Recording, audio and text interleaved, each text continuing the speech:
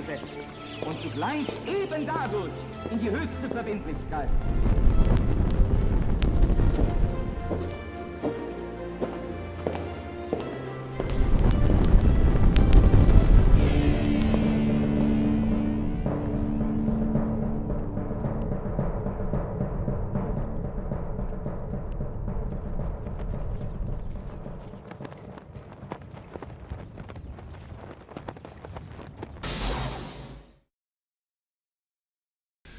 Bienvenidos una vez más, sean todos ustedes a una nueva emisión, a una nueva edición de este programa que se titula La Brújula, que con tanto ahínco, con tanto esmero, con tanta dedicación, hacemos y persistencia, hacemos de este humilde lugar que es la voluntad de quienes lo conducen, quienes lo co-conducen, y la generosidad de esta casa, de este estudio que es Conclusión TV, que nos ha abierto las puertas y que se sigue renovando en tecnología y que se sigue renovando, ¿no?, en proyecciones para hacer un producto de mejor calidad. Nosotros tratamos de aportar nuestra parte para estar a la altura de las circunstancias. Así es. Lucas Carena es mi nombre, me acompaña un gran amigo personal y compañero de lucha y de ruta, que es don Pablo Javier Dávole. Aquí Lucas, ¿cómo estás? Con un fuerte apretón de manos y le pregunto, ¿cómo se encuentra hoy, doctor? Me encuentro bien. Bueno, me encuentro me bien alegro. y contento de estar acá. Me Siempre parece muy bien recibidos por Conclusión TV, con toda esta remodelación, estos equipos nuevos. De a poco así que seguimos avanzando sí, en tecnología y siempre sintiéndonos bienvenidos en esta casa y bueno, contentos también, muy contento en lo personal y comparto contigo del público que todavía nos sigue, ¿no? Eso iba a decir, por esta casa y por el público que sigue, no sabemos por qué razón del azar, Claro. nos sigue, y algunos desde hace muchos años. Seguimos agradeciendo esos comentarios desde el primer programa, los sigo desde 2014, y claro, se ha cumplido una década y para nosotros es muy gratificante, es muy confortante saber que hay muchos que todavía nos siguen hasta hoy. Parezco Cerati hablando. Muchos, No, tal cual, muchos siguen hasta hoy. Siguen hasta hoy, pero es la verdad, pero ¿no? es toda una evocación y es muy honesta, es muy sincera y muy de corazón. Es más, cuando uno revisa vuelve a visitar los primeros programas, advierte que ha pasado el tiempo y esto se nota en nuestros rostros. Éramos jóvenes. Sí, tal cual. Bueno. Pero bueno, pero aquí estamos contentos de estamos acá. El programa está consagrado, como siempre, a la Virgen de Schoenstatt. Madre Reina Educadora, Madre Reina y Victoriosa Virgen de Schoenstatt. ¿Tenías algún agradecimiento, alguna mención que hacer previo al tema, a introducir al tema? Sí, quiero agradecer especialmente a quien es la editorial que ha editado 3 de mis libros en España, Editorial EAS, y más específicamente a su titular, a su presidente, Manuel Quesada, que ha tenido la gentileza de enviarme a modo de presente, de regalo, 2 libros que han sacado, no son de mi autoría estos, o sea, me los han mandado de regalo. Uno que vos ya lo conocés, yo al libro lo conocía, pero nunca lo había leído algún que otro comentario, La Crónica de Ura Linda, edición de Hermann Wirth. Perdón, sí, no solo es... Sé que es un libro que... No solo es un libro que he leído, es un libro al que le vamos a dedicar un programa. Tenemos pendiente eso, Las Crónicas de Oera o de Ura Linda va a ser un episodio especial que vamos a dedicarle en su momento, debidamente, a... Y de hecho, debo confesar que Lucas ya me lo había planteado hace, no sé si largo rato, pero ya hace algunos meses, y yo le he dicho, mirá, la verdad, o sea, es como que me leyeron el pensamiento, porque te había dicho, mirá, la verdad me gustaría leer el libro, si bien tengo idea de qué trata, he leído comentarios, por ejemplo, algún comentario de Alexander Dugin, por ejemplo, al respecto, pero... Es el manuscrito frisón más antiguo que se conoce y que abona a una serie de teorías que yo... desde hace tiempo vengo promoviendo y que todos saben cuáles son, pero desde luego quiero que algún día Pablo... Sabía que para vos iba a ser una sorpresa particularmente grata. Le agradezco a EAS que se toman el trabajo de promover ese material, que es una verdadera joya. Y te digo más, tiene un estudio, el libro viene con un estudio introductorio de Javier Nicolás, especialista en estos temas, español, que de hecho compartimos claustro con él el año pasado en la diplomatura de psicopolítica y transhumanismo, ¿no? O sea, fue uno de los profesores de esa diplomatura, que Dios mediante volveremos a reeditar seguramente el año que viene. Y el otro libro también de Editorial EAS es Homero en el Báltico, los orígenes nórdicos de la Odisea y de la Ilíada, El autor es Felice Vinci, con prólogo de Jocelyn Godwin e introducción de Alain de Benoit. Libro voluminoso, por lo que he podido ver, voluminoso bueno, que también me haré el tiempo necesario para leerlo y degustarlo. Bueno, quería hacer este agradecimiento a Editorial EAS. Bueno. Dicho entonces, cuáles son los agradecimientos de gente que nos acompaña, que nos brinda material, que aparte nutren los contenidos de este programa, vamos entonces a introducir una obra, un capitulito en realidad, que me compartió Pablo hace algún tiempo, un material que nos habla de una relación, una profunda relación. El autor es, si no me equivoco, Breide Obeid, Rafael Breide Obeid, del que hemos hecho mención hablando sobre todo de temáticas relativas a la teología política, ¿no? Y Gaidán de Roussel, que es un poco un autor argentino que lo ha traído a Gaidán de Roussel, le ha dado promoción. Así es. Y bueno, lo ha dado a conocer en mucho, la revista, ¿no? Verbo, y después con la editorial Gladius, ¿no? Gladius, sí, publicando los libros y compilados de artículos de Gaidán de Roussel, bueno, que debo confesar que es un autor. Bueno, le hemos dedicado 2 programas como mínimo, y en lo personal, Lucas, más también, y es un autor, Gaidán de Roussel, que a mí me ha impactado profundamente. Te diría que viste que hay autores que te marcan. Efectivamente. Bueno, bueno, y a través de es uno. Y también hemos pivoteado en él para llegar a algunos aspectos no conocidos de Carl Schmitt, ¿no? Así es. Teología política implica todo ese encadenamiento, ¿no?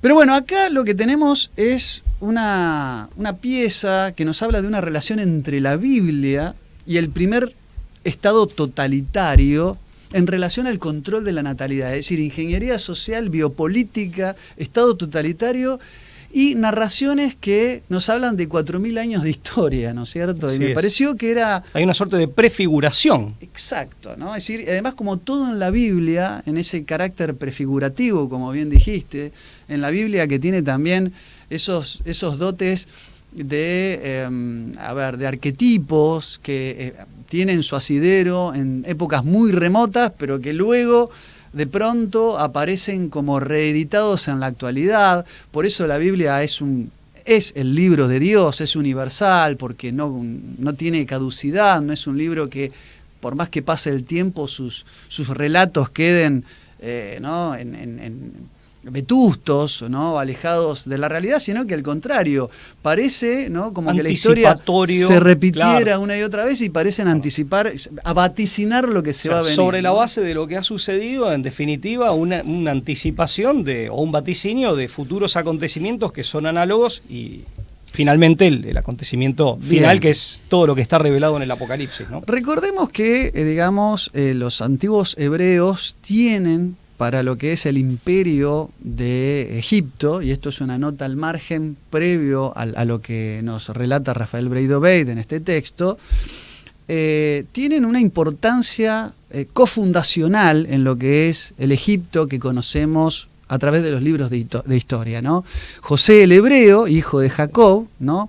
Se convirtió en administrador de todas las tierras de Egipto. Recordemos que ya un Isaac envejecido, ciego, es de alguna manera por un ardid pergeniado por su esposa Rebeca, porque el hijo mayor Esaú se había mezclado con las hititas, que eran indoarias. Entonces Rebeca lo que hace es favorecer a su segundo hijo Jacob.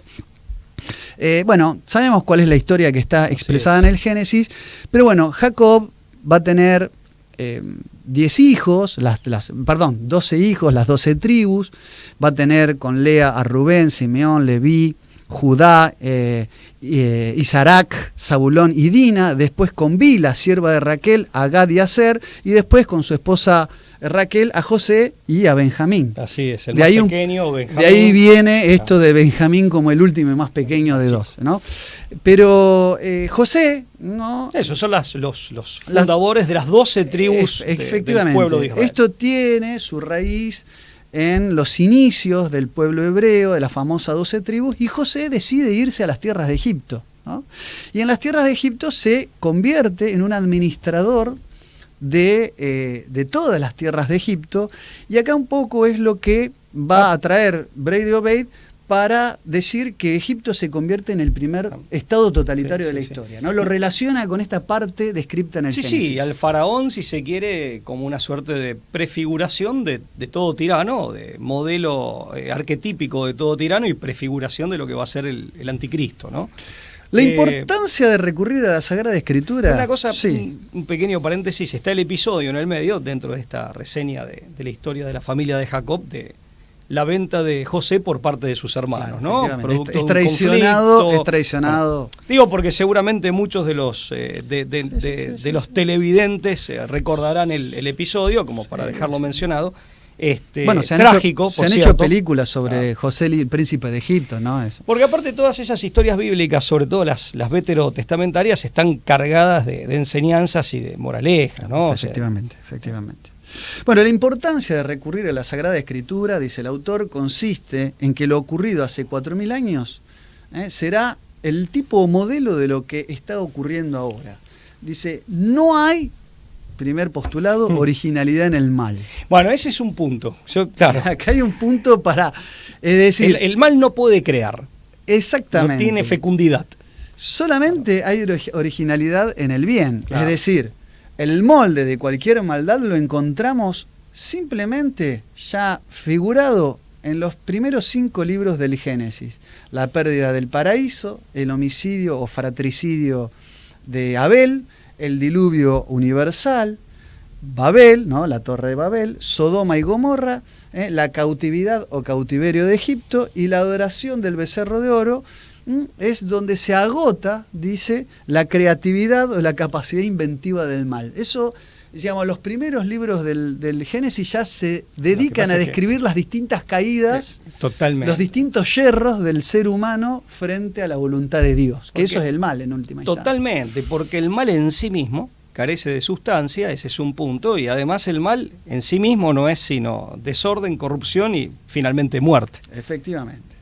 Entonces dice que, de modo que al estudiar el gobierno mundial, el autor, pensé que necesitaba un ejemplo antiguo y además de uno futuro, donde el futuro estaría el propio Apocalipsis, pero que ese modelo antiguo, de modelo corrupto, de modelo de gobierno mundial y tiránico, sería el propio imperio egipcio, ¿no? Yo creo que acá un poco él es como el tema, ¿no?, del tipo y el antitipo del que habla Leonardo Castellani. Sobre cómo interpretar las profecías. Sí, es parecido, ¿no? Y bueno, y lo que pretende el autor con esto es tomar como postulado esto que acabas un poco de anticipar, la idea de que el pecado trae desorden y el desorden trae dolor. Es decir, la sustancia del universo es un orden moral. Es decir, lo que le da sustancia, lo que le da contenido, ¿no?, a ese equilibrio universal está dado por el orden y por el bien, y el mal estaría dado por el caos. Fíjense que al principio había caos. Es desordenar lo que estaba ordenado y la creación y en es principio darle orden era bueno. Al caos, efectivamente. Pero fíjate que aparte en el Génesis es muy interesante esto porque va diciendo, bueno, Dios creó el agua, por decir algo, creó los mares y vio Dios que era bueno.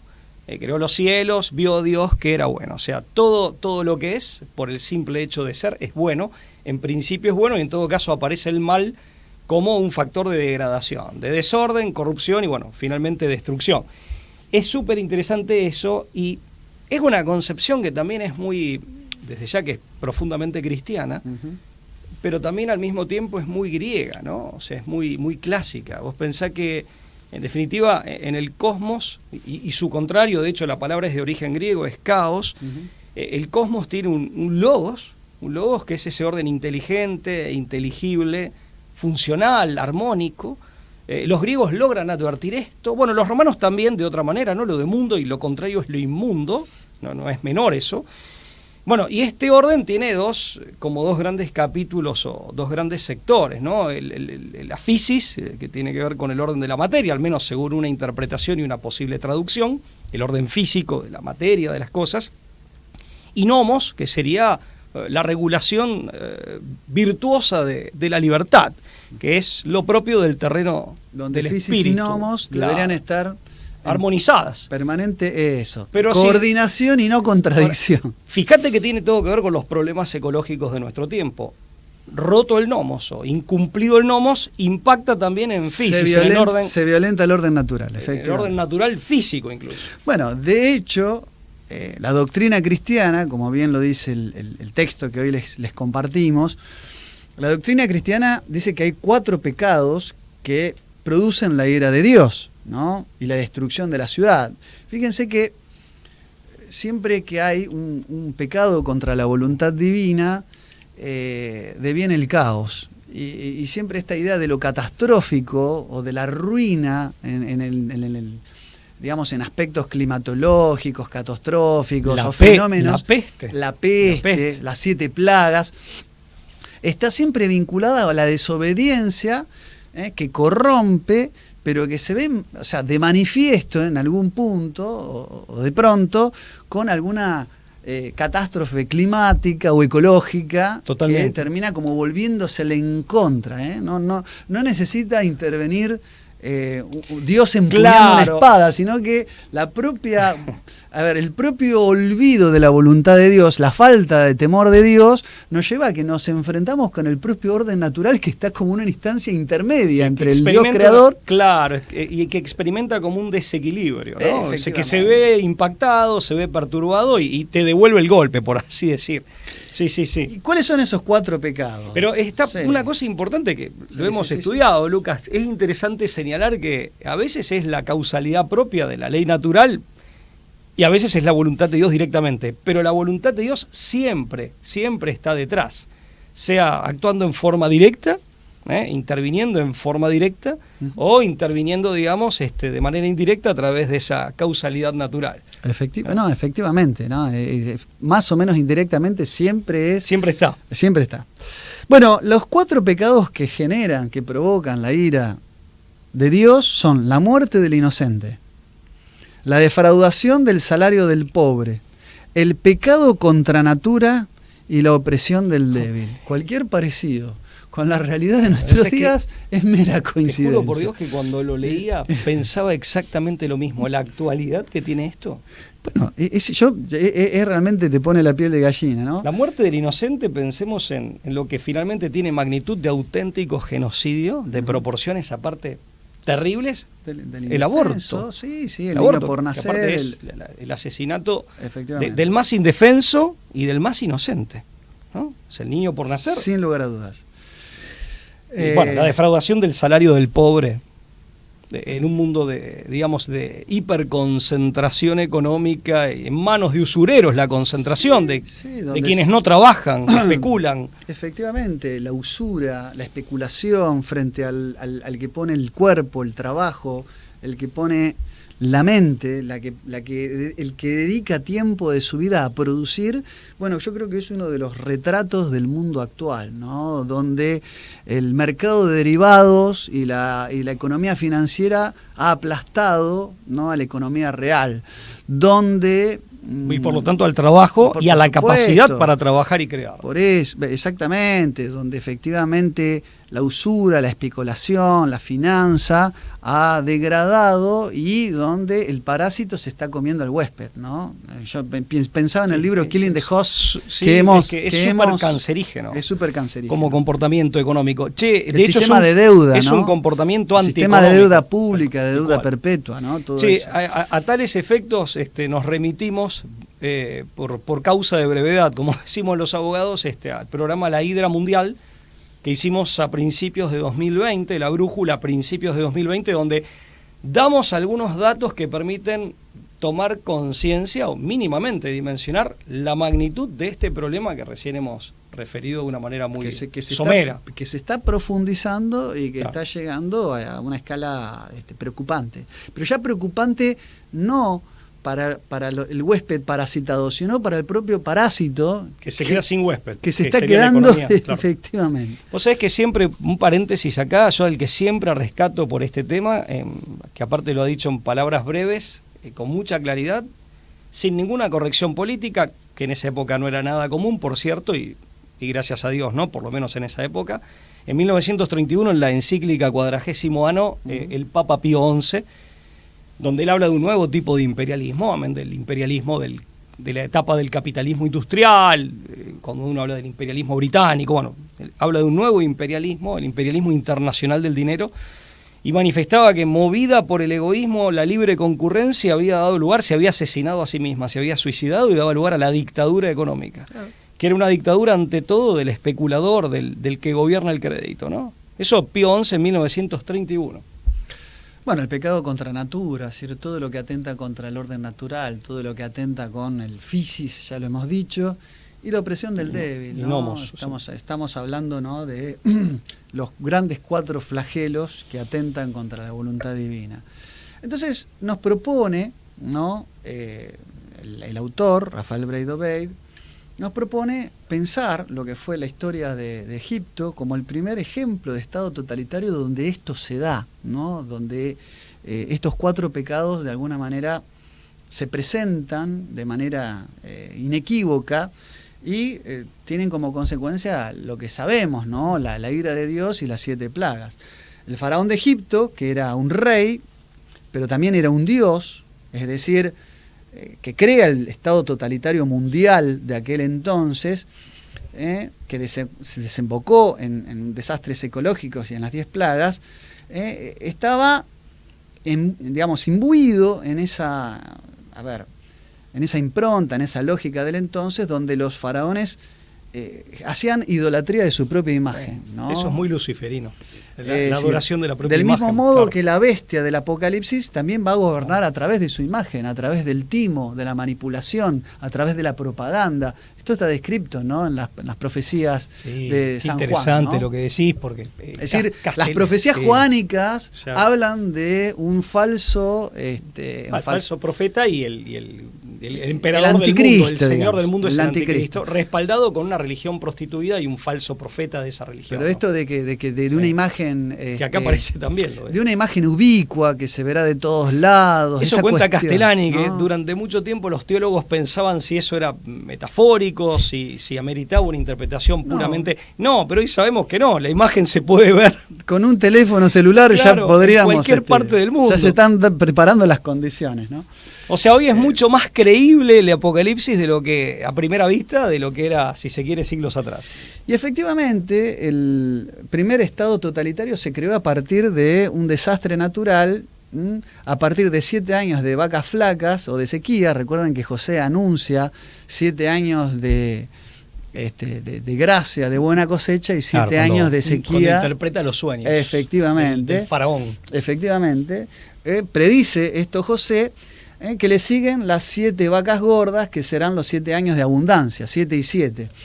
Había que ser previsor para salvarse de ese desastre ecológico, había que preservarse en función de las visiones que había tenido porque venían José. Primero las 7 vacas, si no mal recuerdo, corregime si estoy equivocado, venían primero las 7 vacas gordas, sí, o sea, los años de prosperidad, pero después, a continuación, quedaban venía la etapa de sequía, hambruna, etcétera. En ese contexto, efectivamente, en ese contexto, bien digo, la Biblia, ¿no?, el Génesis el libro del Génesis más particularmente, aparecen los relatos que te muestran los pasos, y esta es la asociación que hace, para constituir un gobierno mundial tal como lo hizo Egipto. Bueno, es lo que de este y texto tal lo que está pasando ahora, ¿no? De este texto es lo que más me llamó la atención, que Breid-Obeid logra descubrir y reseñar pasos concretos.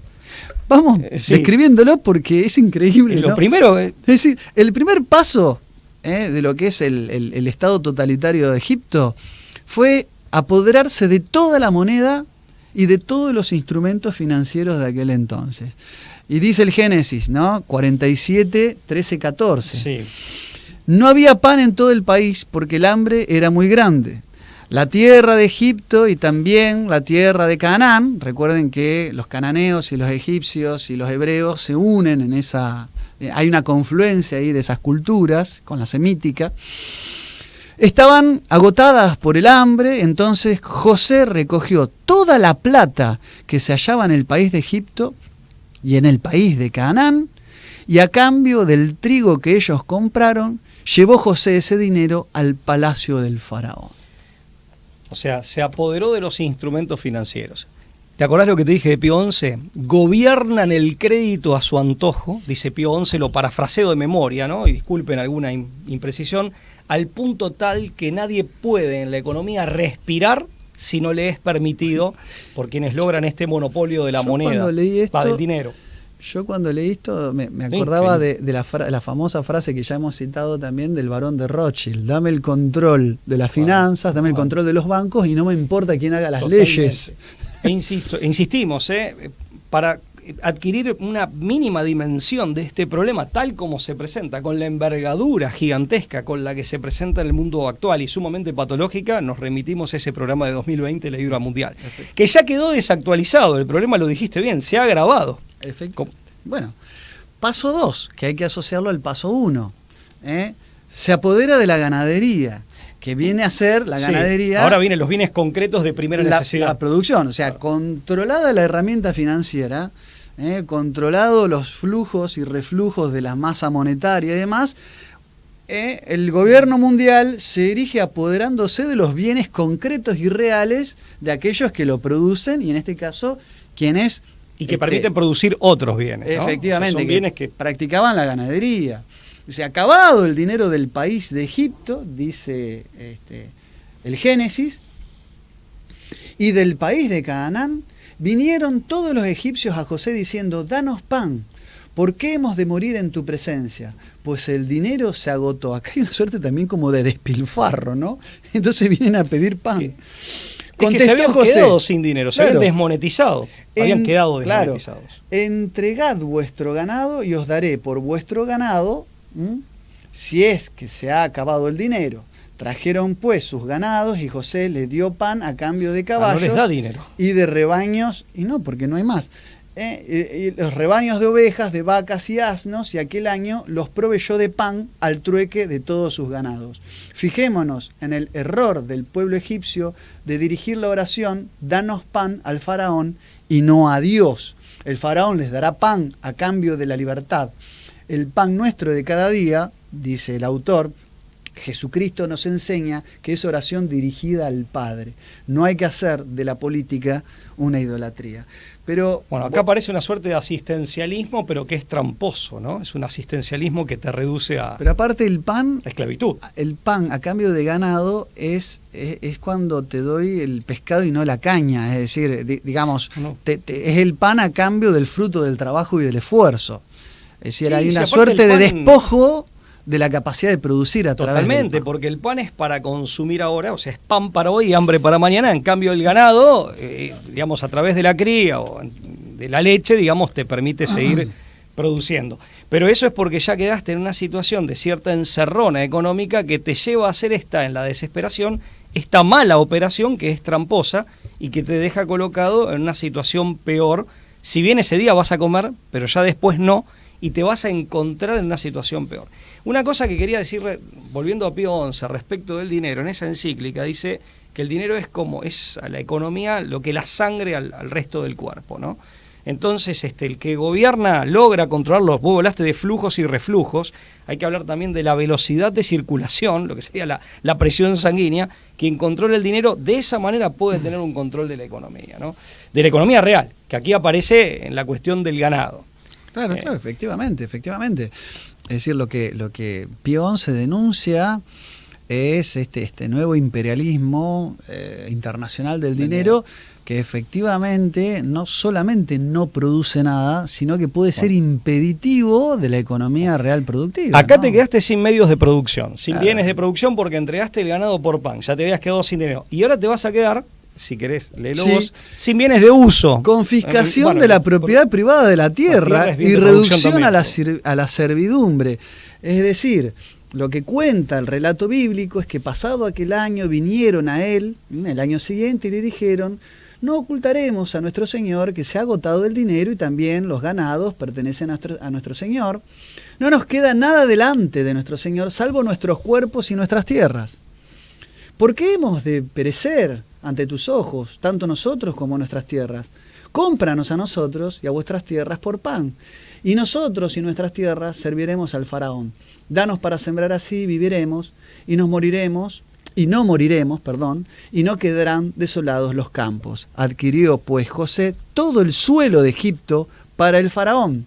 Todos los egipcios vendieron cada uno su campo porque el hambre prevalecía sobre ellos. La propiedad es la dimensión económica de la libertad. Perdida una, se pierde también. Es la base material de la libertad, ¿no? Eso lo decía Hegel, autor con el que yo por lo menos tengo muchísimas disidencias, pero en esto no. No, y que aparte no le faltaba lucidez. Claro. La propiedad ciertamente que es la base material de la libertad. Difícilmente se puede hablar de una libertad efectiva, factual, en una persona que es un desposeído, que está completamente despojado de bien económico alguno, ¿no? Y fíjate, me hace acordar también un poco a las tentaciones, ayúdame a recordar, en esta charla improvisada que tenemos la temeridad de hacer en cámara, me hace recordar también la cuestión de Cristo en el desierto, ¿no? Una de las tentaciones no era justamente Cristo en el desierto sometido a la inclemencia de la aridez y del calor y del frío por la noche, pero aparte del hambre, ¿no? Estaba haciendo ayuno.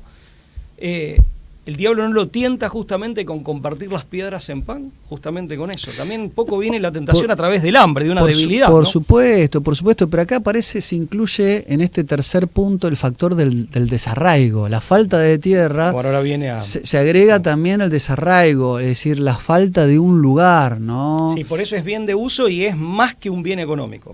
Es mucho más que un bien. Fíjense que habla de la tierra y del cuerpo. El cuerpo también como primera propiedad, como terreno de nuestro alma. Acá hay el desposeído en esta instancia pasa directamente también a no tener un lugar al que pertenece. Ni a ser dueño de su cuerpo. Efectivamente, hay que acá ya esto es embistente contra la identidad de un pueblo. Ya no tiene ni siquiera la propiedad de la tierra, ¿no? No. Ni siquiera es una tierra destruida. Es la tierra vendida a cambio de pan. Sí. No hay nada más volátil y pasatista que pan para hoy y hambre para mañana. Pero aparte, Lucas, lo del cuerpo, por eso acá hay para escarbar. Yo en Leviatán y el Imperio Dormido, que es mi penúltimo libro que publicó EAS, lo trato un poco al pasar, es cierto, pero me detengo mínimamente en el tema, un instante en el tema. Fíjate que las tiranías se caracterizan, entre otras cosas, por el abuso sexual, claro, sobre todo contra los más débiles. Por ejemplo, el crimen horrendo de la pederastia o pederastía. Fíjate, entregan el cuerpo y hay, del otro lado, el tirano se apodera no solo de los bienes, no solo de la capacidad de trabajo, no solo de la productividad, a la que finalmente frustra muchas veces o usufructúa y explota, se apodera del cuerpo. Esto también para darle también esa lectura. Y tiene es de una atrocidad espeluznante, ¿no? Sí, por supuesto. Vulnerar el cuerpo es atacar. Es el templo del alma, lo dijiste bien. Efectivamente, ¿no? Efectivamente. Bueno, avanzamos. Punto 4. Es el desarraigo, como ya algo anticipamos, de la familia rural. Desprovistos de tierras, hay una migración de los sectores del campo a las urbes. Así la tierra vino a ser propiedad del faraón, el cual hizo pasar al pueblo a las ciudades desde un extremo del territorio del Egipto a otro. Génesis 47:20. Y acá hay algo que aporta el autor que me parece sumamente interesante. El desarraigo de la población rural y el envío a las ciudades es el mejor elemento del control de la natalidad. Dice, las ciudades crecen y crecen, pero no crecen por generación de sus habitantes. Ese crecimiento vegetativo implica un desarrollo como el del crecimiento rural, es decir, de vitalidad. La prole, es decir, claro, no es un crecimiento vital. La urbe crece por aglutinamiento. Por aglomeración de gente fíjate que uno de los objetivos, entre desplazada de otros lados, del magnate Gates, es justamente la robotización del campo y la enajenación del campo, es decir, despoblar el campo. Argentina, país de campo y país de hecho subpoblado, con tierras ricas, diversidad de paisajes, de escenarios geográficos y tierra inmensa que es la Argentina, tenemos el 92% de la población por encima, más del 92% en las ciudades. Aglomerada inútilmente en las ciudades. El gobierno mundial. Pero además... Sí, es como que el faraón era Agenda 2030, bueno, ahora su... 2045, pero el faraón... Efectivamente. No tendrás nada y serás feliz. No, me suena, es muy parecido a esto, pero además se le agrega otro factor, ¿no? Le hemos dicho, esa diferencia entre la comunidad rural, ¿no?, y la sociedad urbana, el paso de tenis, esto de Gemeinschaft und Gesellschaft, ¿no? El contrato de las ciudades, la frivolidad de la relación contractual, del anonimato, de la vida en la sociedad, lo masivo, la falta de identidad, la falta de individuación en las relaciones que se dan en los ámbitos de la urbe espesa, con esa cuestión del aldeano, del campesino, de que a través del que a través de la tierra vive como en un estado de armonía con la naturaleza y con nosotros, donde todos son de alguna manera familia. De hecho, claro, la polis griega se nutría de oikos, los oikos que eran las familias ampliadas. Era un conjunto de aldeas, ¿no? Por eso lo de ciudad-estado es una mala traducción. No, era un conjunto de aldeas. Los oikos eran familias que de alguna manera tejían lazos de mutua convivencia y mutua protección. Ahí nace la polis. Esa es la verdadera polis. Vinculados por lazos genealógicos, de orígenes comunes, etcétera.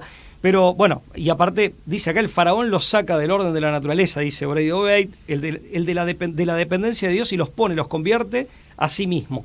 Es decir, al propio faraón. Fíjate, en un libro de Gaëtan de Roussel que publicó Gladius, hay un artículo muy bueno de Gaëtan de Roussel donde él pone de manifiesto que yo nunca lo había pensado, de que las manifestaciones marianas, por ejemplo, de la Virgen María o de Jesucristo, normalmente se dan en áreas rurales. O sea, las apariciones de la Virgen María, ¿dónde se dan normalmente? ¿Dónde Pastores, claro, campesinos, en áreas que son rurales, sean bosque, campo, preferentemente iletrados, gente sencilla, gente muy humilde, sencilla, efectivamente. Nosotros estamos en las ciudades aglomerados expuestos a 1000 contaminaciones, la contaminación magnética, sonora, del smog, o sea, fíjate que son ambientes que se vuelven desde todo punto de vista biopsicoespiritual tóxicos. Le hemos dedicado un programa también a la vida rural. Dicho sea de paso, a la comparativa. Porque aparte son ciudades que se han construido en la aglomeración, pero aparte de espaldas al ambiente natural. No dialogan con el ambiente natural, están como hechas, como amuralladas de espaldas en contra del ambiente natural que las rodea, ¿no? Quinto paso del faraón, de los egipcios, para convertirse en gobierno mundial. El faraón mantiene la división entre lo sagrado y lo profano. Mas no adquirió la tierra de los sacerdotes. Estos eran los sacerdotes de Amón-Ra, Génesis 47:22. José no toca los subsidios al clero porque los sacerdotes percibían del faraón una ración determinada y comían la ración determinada que les daba el faraón. Por eso no vendieron sus tierras.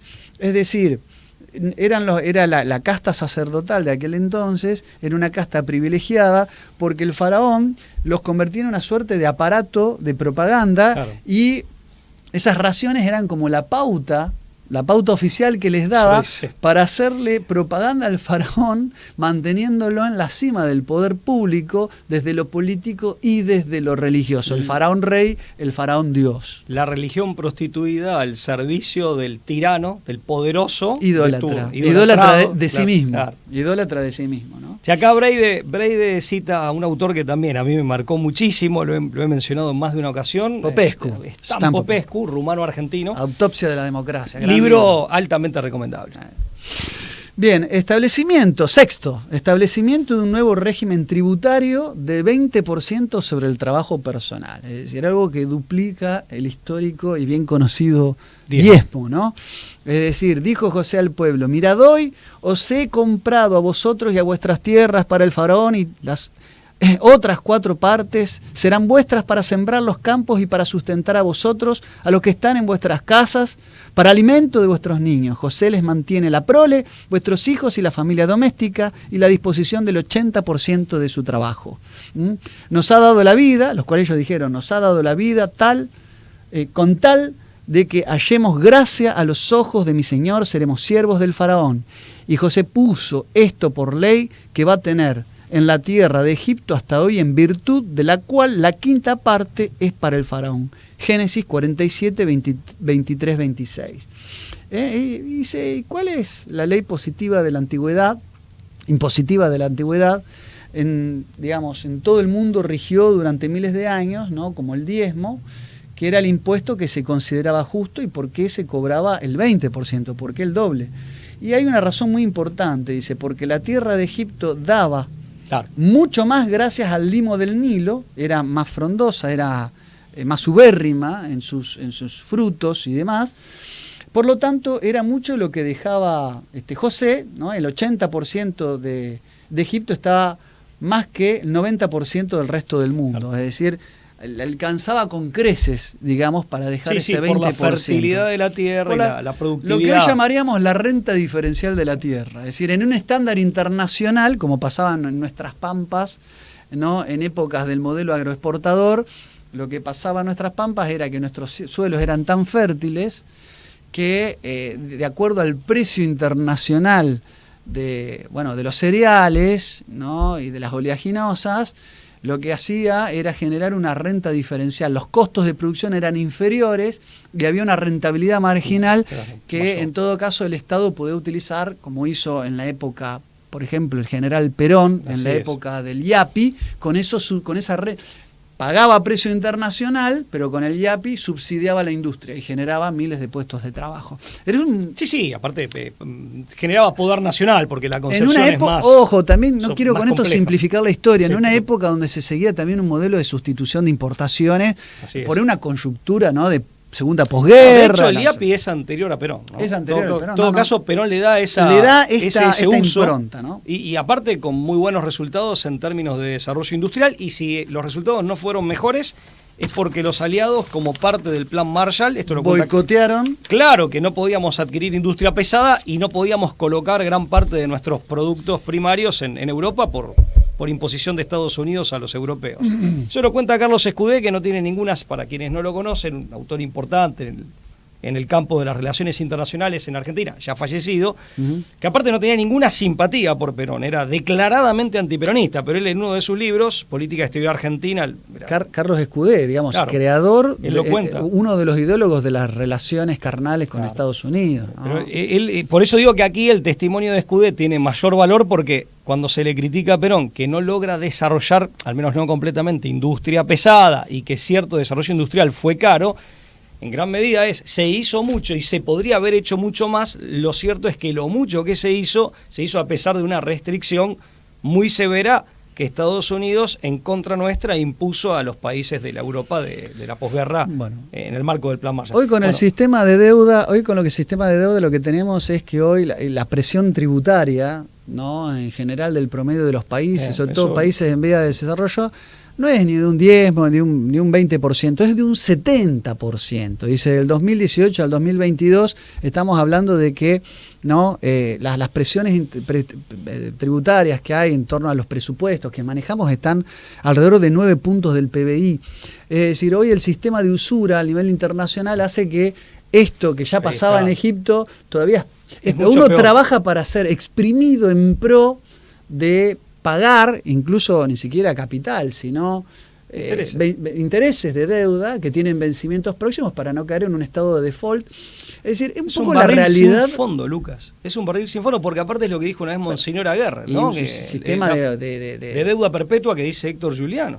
Bueno, como dice Julio González del Versalles argentino, porque todo un poco empieza también se agrava después de Malvinas, pero además de esta idea de que es la soga de ahorque y el sistema de sometimiento sin ocupación de los países que están sometidos. A mí me parece, lo dijiste muy bien, y me parece que quien mejor lo ha reseñado en una frase muy significativa fue Monseñor Aguerre, en su momento arzobispo de La Plata, que dijo que el día de mañana, si la Argentina finalmente muere y tal vez si eso pase por esta causa, la lápida diga: aquí yace la Argentina, vivió pagando y murió debiendo, porque se paga para seguir endeudado y cada vez más endeudado, lo cual es el sumum de la injusticia y de la insensatez. Pero bueno. Pero lo dijiste bien porque ni siquiera es una presión tributaria, amén de lo, digamos, de la carga que implica, del peso que implica, ni siquiera vuelve en servicios o en algún tipo de servicios públicos, digamos, sino que en realidad va para el pago de deuda, pero una deuda que nunca se agota, sino que incluso crece y te sigue exprimiendo. Punto 7. Es un sistema vampírico. Sí, Yo creo que la imagen del vampiro es lo más claro para Punto 7, vamos concluyendo. La sequía termina, ¿no? El Estado estaba construido, la sequía termina, pero el aparato estatal del Imperio egipcio seguía funcionando y termina ahora de pervertirse. Ahora vienen los puntos de corrupción, no solamente de construcción, ¿no? Y hay un cambio de dinastía. Es decir, los reyes Ixos, ¿no? Que eran los reyes pastores de origen asiático, que eran los amigos de Israel, son desplazados y vuelve una dinastía africana que se hace cargo del poder. Estos cambios de dinastía no son conocidos, ¿viste? A veces cambian las coyunturas históricas, cambian las coyunturas políticas y muchas veces lo que venía siendo, ¿no?, la construcción de acuerdos se derrumban. Sí, pero aparte dijiste algo muy importante, Lucas, que ahí déjame que me detenga. No, acá hay un hecho histórico que agrava los puntos 7, 8 y 9, que es lo que vamos a resumir. Lo de José tenía alguna justificación, más allá de alguna crítica que se pueda hacer, pero José como ministro del faraón, podía tener alguna justificación, y de hecho la tenía, en un contexto de emergencia, de excepción. Maquiavelo, en El Príncipe, no en los otros libros, en El Príncipe nos habla de la política y le pone el sello, sin pretenderlo seguramente, sin proponérselo, el sello a la política moderna, como si siempre estuviéramos en situación de excepción o emergencia, habilitando los medios que son propios de contextos muy puntuales. Eso como una crítica siquiera al príncipe, ni siquiera a la figura de Maquiavelo, porque en otros libros dice otra cosa, y todo indica que él no se propuso que esto fuera así. Pero vamos a nuestra época. Desde antes de 2020 hay un autor italiano, Giorgio Agamben, claro, Homo Sacer 1 y 2, que viene diciendo, estamos en un mundo raro. El estado de excepción dejó de ser excepcional y ya no es una cuestión de libros. Se ha tornado permanente. Vivimos, y se habla de nueva normalidad, a partir de 2020 se ha hablado abiertamente, vivimos en estado de excepción. Y conocemos los analistas políticos y cierta información, como alguna que dio Newsweek el 27 de abril del 20, o The Washington Post el 5 y el 8 de febrero del 20, o TV5 Francia el 28 de abril de 2020, y si hay una ingenierización de la emergencia o un hacer creer que estás en emergencia. Bueno, Pablo, eso te iba a decir. Bueno, a eso si nosotros le agregamos a lo de Maquiavelo, que como bien decís... No queremos que le clausuren el canal en YouTube. No, a lo que Agamben de alguna manera teoriza desde la filosofía, pero que sentencia muy oportunamente y muy atinadamente, que vos con buen tino traes a la mesa, le agregamos todo lo que hemos dicho sobre la excepcionalidad como forma de ingeniería social, el informe de Iron Mountain, el menticidio, la doctrina del shock, la doctrina del caos controlado. La guerra de Orwell, en 1984, que ahí era ficticio, no era una guerra real. ¿no? La excepción como una forma de manipulación y ortopedia social. Pero algo que aproveches y que hasta potencies o generes. Pero efectivamente. ¿Real o meramente discursivo? Habrá que ver el caso. A partir de esto está lo que pasa en el punto 7. La política meramente humana se funda en el cambio dialéctico busca el conflicto y la grieta. Es decir, la idea de la promoción de los antagonismos, la idea de las fracturas, las divisiones y la atomización del pueblo para ser sometido. Punto 8 y 9, el control de toda la distribución, opresión del otro, es la última etapa del establecimiento de la tiranía. Pondré sobre estantes de trabajo a fin de oprimirlos con las cargas, y así edificaron para el faraón las ciudades almacenes de Pitón y Ramsés. El control de toda distribución se hace mediante la construcción de ciudades almacenes. Ya está configurado el Estado totalitario definitivo, capitalista de la producción y socialista de la distribución. Capitalista de la producción y socialista de la distribución. Es la forma más acabada de ortopedia social, ¿no? A partir de la sobrecarga del trabajo. Un trabajo, ¿no? Enajenante. Y no me quiero con esto poner ni marxista ni socialista. Tampoco lo inventó pero, Marx a ese no, concepto. No, pero esta idea del que trabaja para sobrevivir y no del que trabaja para realizarse. Sí, con un producto aparte que ya no le pertenece. Enajenado de todo lo que produce, incluso de su propia fuerza de trabajo. Dice, pero cuanto más los oprimía, tanto más crecían y tanto más se multiplicaban. O sea, eso pasaba mucho con los pueblos esclavos, ¿no? Por lo tanto, ¿no? Acá lo que hay es como una suerte de punto culminante, que es el 10º, la última fase de la perversión, que es el control de la natalidad. El infanticidio, el exterminio de los varones, la sociedad feminista, la reducción de las mujeres, reducir las mujeres a obreras. Y leo este último párrafo del Génesis, que es un retrato.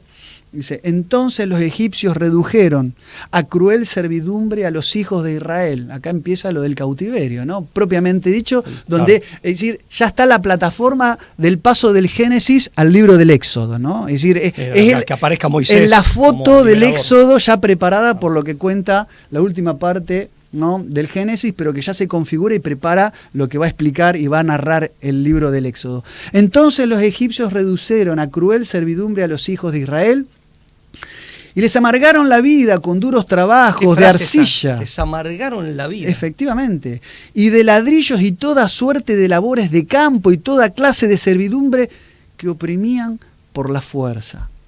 El rey de Egipto dio también orden a las parteras de las hebreas, de las cuales una se llamaba Sifrá y la otra se llamaba Puá, que eran las jefas del sindicato de obstétricas, así se llamaba, el sindicato de obstétricas, eran las que se dedicaban a ayudar a las mujeres a parir, básicamente.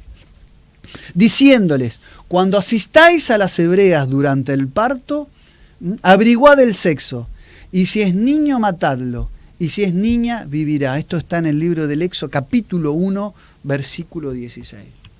¿Cuánta realidad? El control de la natalidad al servicio de la última etapa de la ingeniería social para establecer un gobierno mundial. Hicimos algún programa en las primeras ediciones. Parece un relato de nuestros días. Sí, y uno se lamenta de no leer más la Biblia, ¿no? Porque la tendría más clara. Está todo. Vos sabés que hay uno de los primeros programas de La Brújula, yo no sé si de 2014 o 2015, que dedicamos ya, siendo mucho más jóvenes, a la temática del imperialismo demográfico, control demográfico. Sí.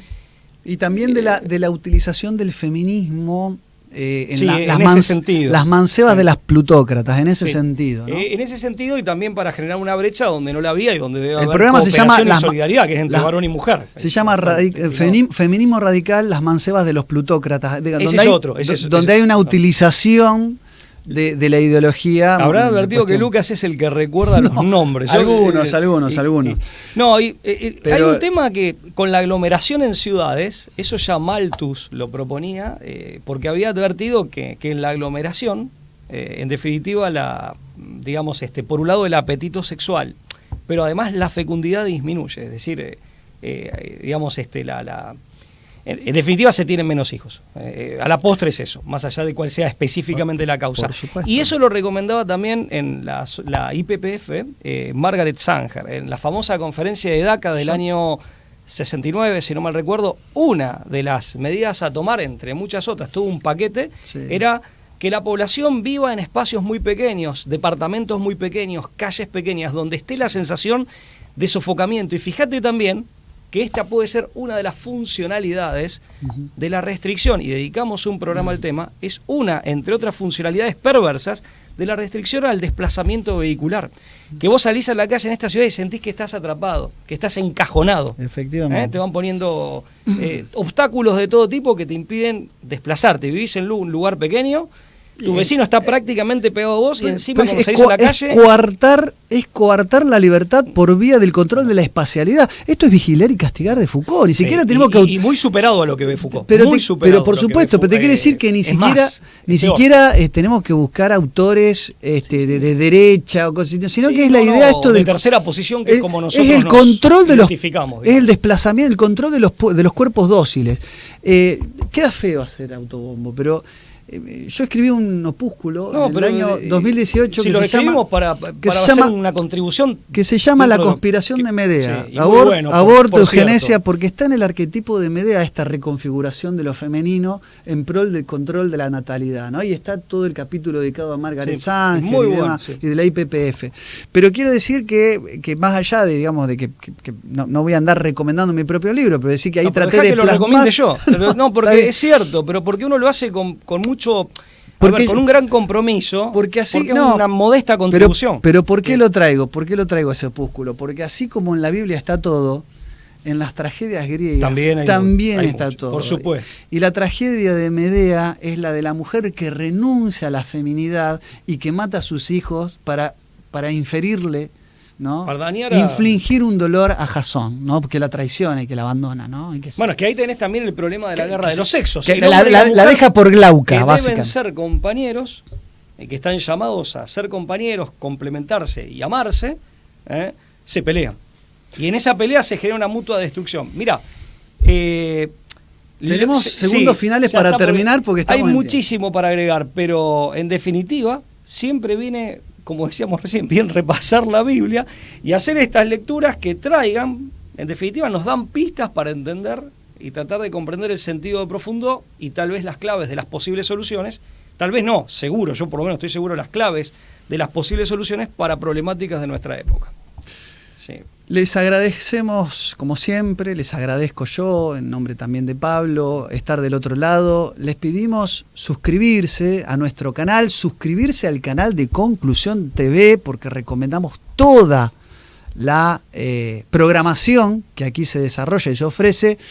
Y les pedimos también poner me gusta. Sabemos que estamos mediados en este espacio cibernético por un perverso algoritmo y que que no nos va a beneficiar. No, digamos, por las temáticas y los contenidos no nos va a promover, pero sí nos va a promover si ustedes se lo hacen saber, si ponen me gusta y si comparten. Compartan, discutan, devuelvan, comenten, interactúen y eso nos va a dar muchísima más rebote, muchísima más repercusión, que es lo que buscamos para hacer un poco de ruido para agitar el avispero. Muchas gracias, como siempre, por Chau, estar del luego. otro lado. Nos vemos la próxima.